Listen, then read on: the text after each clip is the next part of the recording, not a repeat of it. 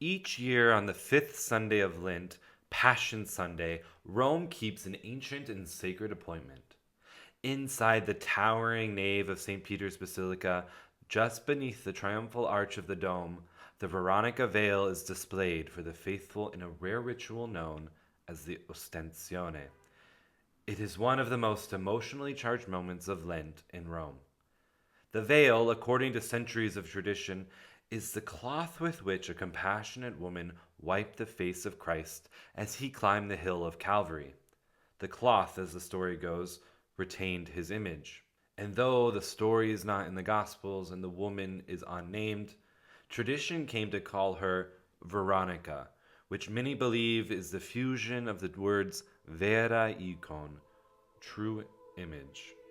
But how did this relic come to St. Peter's? And what is its place in Rome's complex devotional history of the Holy Face of Christ? Here at Crux Stationalis, we'll tell you.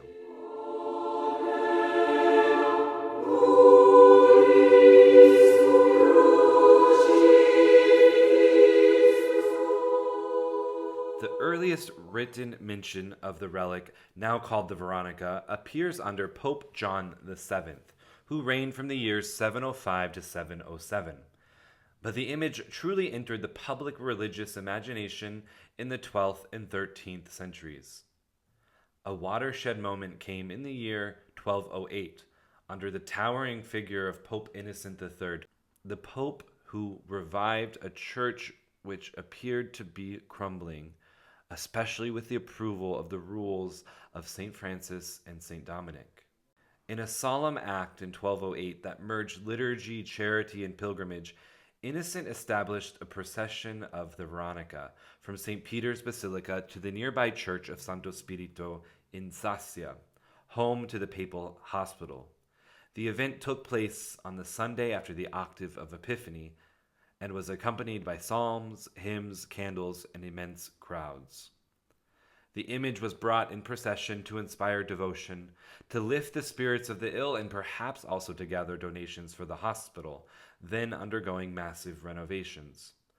The hospital itself stood on the foundation of the Schola Saxonum, founded in 727 by Ina, king of the Saxons, and was rebuilt under Innocent into what some call the first modern hospital in Europe.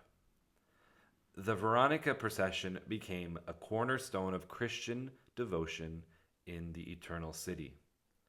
By the 14th century, the Liber Regulae Sancti Spiritus in Sassia, a manuscript compiled around the year 1350, preserved both the hospital's rules and an early illustration of Pope Innocent III holding the veil.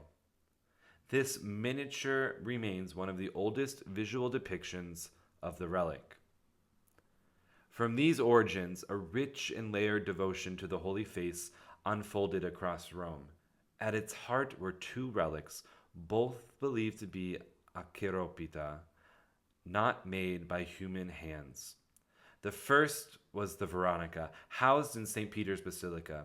The second was a veil preserved in the Sancta Sanctorum, the papal chapel at the Lateran Palace, which you can now visit at the top of the Scala Santa, the Holy Stairs. It's called Sancta Sanctorum, the Holy of Holies, because it has been considered for centuries to be the holiest place in Christendom. And why? Because there we look upon the face of Christ. This veil was sometimes called the Euronica, the veil that was kept in the Sancta Sanctorum, a word that some trace to the Hebrew root or, meaning to shine or enlighten. The Sancta Sanctorum relic was hidden in a wooden icon of the Savior.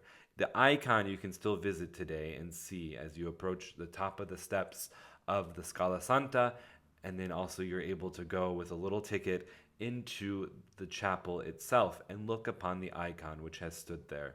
And the relic was kept inside this wooden icon of the Savior, possibly as a way of shielding it during times of persecution. One Jesuit scholar and another theologian have argued that this wooden image was not the relic itself, but was the container for this precious relic. Both relics, this Veronica at St. Peter's and this Joronica, the one formerly housed at the Lateran, were under the direct ownership of the Pope, preserved in fortress-like conditions and tied to long traditions of miracles and processions. Devotion to the Holy Face spread from Rome throughout Europe, inspiring works of art, iconography, and theology. The Veronica is often conflated with two other relics, the Shroud of Turin and the Holy Face of Montepello. However, we must say, each of these bear the image of Christ at a different stage. The Veronica, the one that we look upon today on Passion Sunday in St. Peter's Basilica, is Christ suffering during his Passion. The Shroud of Turin shows Christ dead in the tomb, and Montepello shows Christ risen, bearing a serene, luminous expression. These three relics are often called the Trinity of the Face of Christ, the Passion, Death, and Resurrection. The Holy Face of Montepello, now kept in a Capuchin sanctuary in Abruzzo, a region in Italy, appeared mysteriously in the 1600s. Some scholars believe it is the veil from the Lateran, possibly stolen or smuggled out during the sack of Rome in 1527. However, this theory remains unproven. The Veronica, by contrast, remains in St. Peter's, shown only during select ostensiones. In 1629, Pope Urban VIII issued a directive to all bishops and confessors in Italy: investigate who possessed any Veronica images and demand their return to church authorities on pain of excommunication. This sweeping move suggests something was lost or feared to be lost. But where does this whole story begin? The journey of the Holy Face veil begins in Jerusalem. According to tradition, it was brought to Constantinople and then to Rome during the 8th century, possibly by Patriarch Germanus during the Iconoclast crisis. There it was hidden in the Sancta Sanctorum under Pope Gregory II and quietly venerated. Later, it may have been transferred to St. Peter's under Pope Urban V in the 14th century, after the Avignon papacy left the Lateran area neglected. By the 17th century, the relic appears at Montepello, but hidden, possibly to evade confiscation. Remember the pain of excommunication of any images of the Holy Face. Instead, at Montepello, they kept it hidden for 40 years before showing it for public veneration. These relics of the Holy Face cannot be proven with scientific certainty, yet their theological impact has endured for centuries. The Old Testament forbade any image of God, but with the Incarnation, the invisible God took on a visible face in Jesus Christ. And the Psalms, especially Psalm 27, cry out, "Your face, Lord, I will seek. Do not hide your face from me." One theologian says and notes that Jesus' eyes on the Veronica veil are closed, just as a human instinctively closes his eyes when something nears his face. This veil is darkened with blood, a reminder of Christ's very real suffering, and yet the image is serene. And this brings us to Passion Sunday, when the Veronica is unveiled to the faithful at St. Peter's, just as the rest of the church begins to veil sacred images in violet.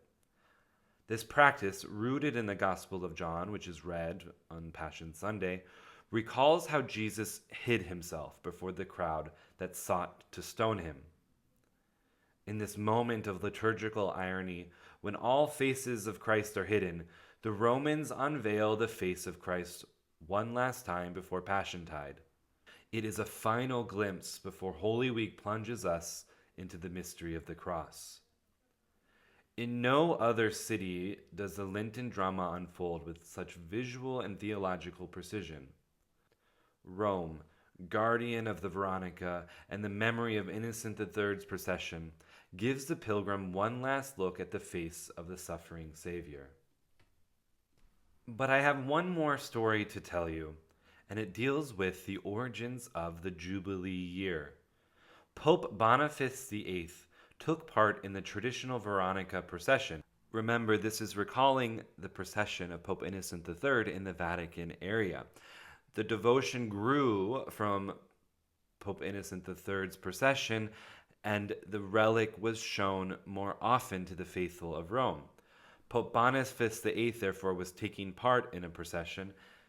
It was an act of profound devotion and public witness to the holy face of Christ. As the procession wound its way through the city, Boniface was deeply moved by an extraordinary encounter. He met a pilgrim, 107 years old, who had traveled all the way to Rome, not for fame or riches, but to see the face of Christ. The old man's single purpose in life was to behold the holy face, a gesture of unwavering faith and devotion. This encounter left a lasting impression on Boniface, prompting him to reflect on the deep spiritual significance of pilgrimage, penance, and the divine mercy embodied in the holy face. Inspired by this moment and by the collective devotion of the faithful, Pope Boniface VIII called for the first ever Jubilee Year in 1300. He recognized the transformative power of pilgrimage and the promise of spiritual renewal for those who came to Rome, seeking both forgiveness and connection to Christ. The Jubilee Year would become a symbol of mercy and redemption, offering all who participated a chance to experience the grace of a fresh start. The act of witnessing the Veronica was not merely a devotion to the relic itself, but a reminder that God's face, revealed in the passion, death, and resurrection of Christ, is a source of eternal mercy. And perhaps it causes us to recall that this charity on the part of Veronica to wipe the face of the suffering Christ was not merely an act of compassion, but the act of preserving for all time the face of God who suffered for us. And how loving is it of our Savior to, we know that when he was going up to Calvary, when he fell down 3 times, when he got back up, who was he thinking about? He was thinking about you. He was thinking about me. And in those moments, he gave us an image of his face, an image of a face that we too are made in, the image of God. The face which, when we look upon it, we are saved, we are protected, we are healed. And I think this devotion in St. Peter's Basilica, it's filled with a lot of pomp. It's so far away. People say, oh, but you can barely even look upon the veil itself. Yet there's a much greater and more profound reality, is that you are meant to encounter Christ's face every day. You're meant to spend moments with him before this merciful gaze, and you're meant to be healed. You're meant to be in union with him, in communion with him. It's just one more appeal for us to daily prayer, to daily seeking of the sustenance that we need to remain faithful to him and to bear the image of his holy face for the world, because they're not looking for him. So we have to show him to them by our own gestures. We have this beautiful, how did they know the Christians? By the way that they loved each other. No one else has that. No other group of people has the ability to give witness to the Creator by acts of charity. Sure, they may participate in it in this way or that way, on a natural level maybe even, but we have the supernatural assistance of grace to be heroic. And the question is, are we using that? Are we wasting that?